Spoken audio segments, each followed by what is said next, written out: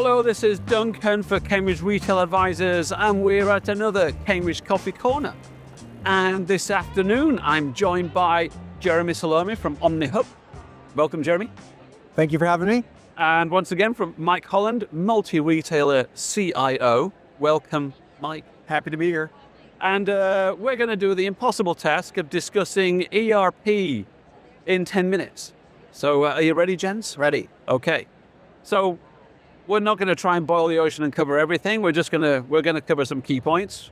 The first one we're going to cover is the perspective on the indicators that there may be something large in ERP looming on the horizon.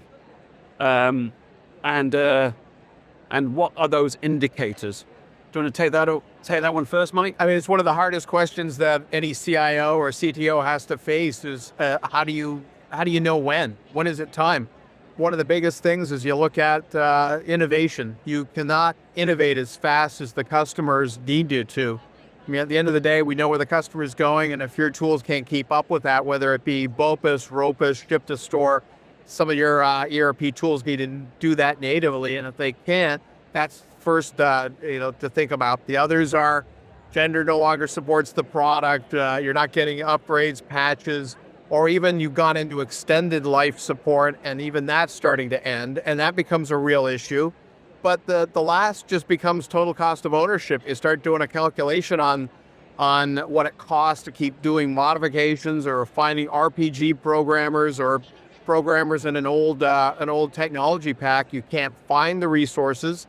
You can't afford the resources. Your TCO goes through the roof. You can't get the resources to work on it. You can't innovate fast enough, and you're falling behind the customer curves. That's pretty much when you go, it's time for us to reconsider and go to a new platform. That sounds like a buildup of a lot of pain there, Mike. It is. Jeremy, have you got anything to add to that? The only other thought that I had was, and it's similar to the vendor viability, but around cybersecurity concerns and risks of then your customer or your financial data then being exposed because your platform is old and it's not updated. That seems to be something that a lot of folks are talking to us about, and they want to leverage a lot of the modern cloud to stop that from happening. Yeah, it's interesting you touched on the cybersecurity piece there, because it's not just an impact on the actual security of the data itself.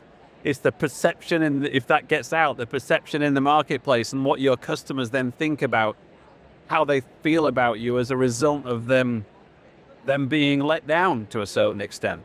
But you think about PCI compliance. We talked about security add-on to the payment card industry compliance aspect, is that when you no longer can guarantee that your ERP is able to securely store that credit card or transact that credit card, you're in real trouble because you violate that, violate the PCI guidelines, but you've also got to deal with customer perceptive that your credit card's not safe.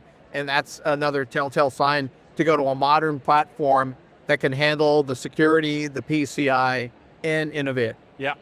So when it comes to the replacement, it's not just about replacing like for like.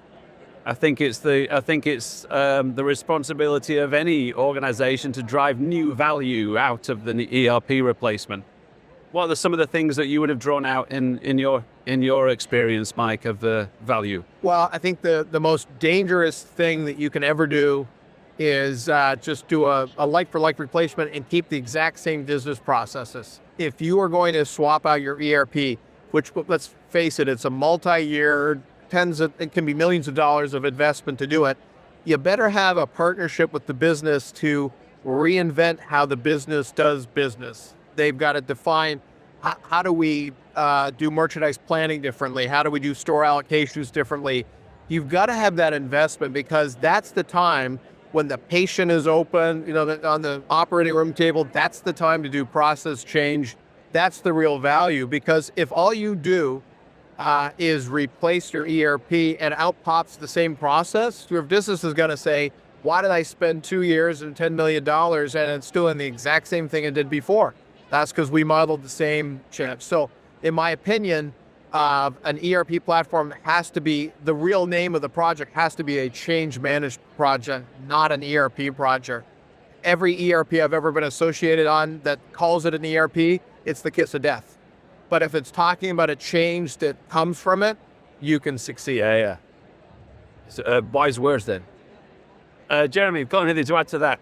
I just really like what he said about making sure that the business is at the forefront of it and that they're the partner. The technology and how that fits your business is obviously super important, but having them as the key stakeholder and driving then all those thousands of decisions that have to be made is very, very critical. And we don't want to put it just on IT, because then it will just be an IT tool and it won't be the business tool that then can drive that change that you want. And, in any of those particular projects, there are going to be standard capability that the new tool does better than the old tool automatically.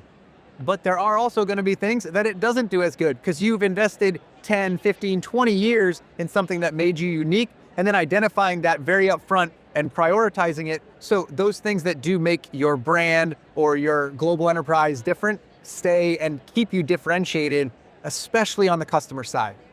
I think it's good to draw out the fact that with this new tool, you may have built up things like inventory optimization or some supply chain tools to help you be more efficient as add-ons to your old one, and then building them all into the new piece that you do.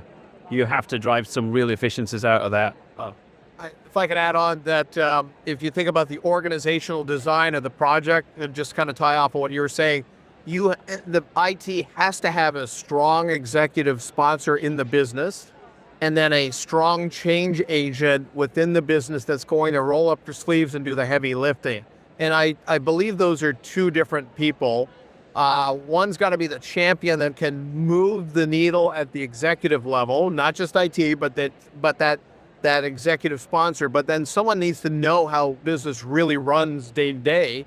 And I have seen where you either had one or the other, and you will fail. If you have both, you can succeed at that change. So, hey, thanks for those thoughts. Okay, so what about, we'll just finish off by touching on, they've got the basics of the replacement of the core achieved. What about, is a buzzword, I'm using AI as the AI is the buzzword, but there's truly then the opportunity to layer AI capabilities on top of that. Where do you think the fruit is there, Mike? Well, I think if I look at the 4-day low-hanging fruit, to use your fruit terminology, AI can really help in the customer service aspect. And you think about, how do we help our customer service agents do a better job of serving our customer? AI can do that to find the right relevant information to help service that customer faster, cheaper, etc. But also the second area that I always love to focus on is on order management, maybe distributed order management. Many of our more static ERPs can move orders around, but if we can use AI in a distributed order management environment to help you pick the right inventory in the right location, that's money well spent. You've also got price optimization.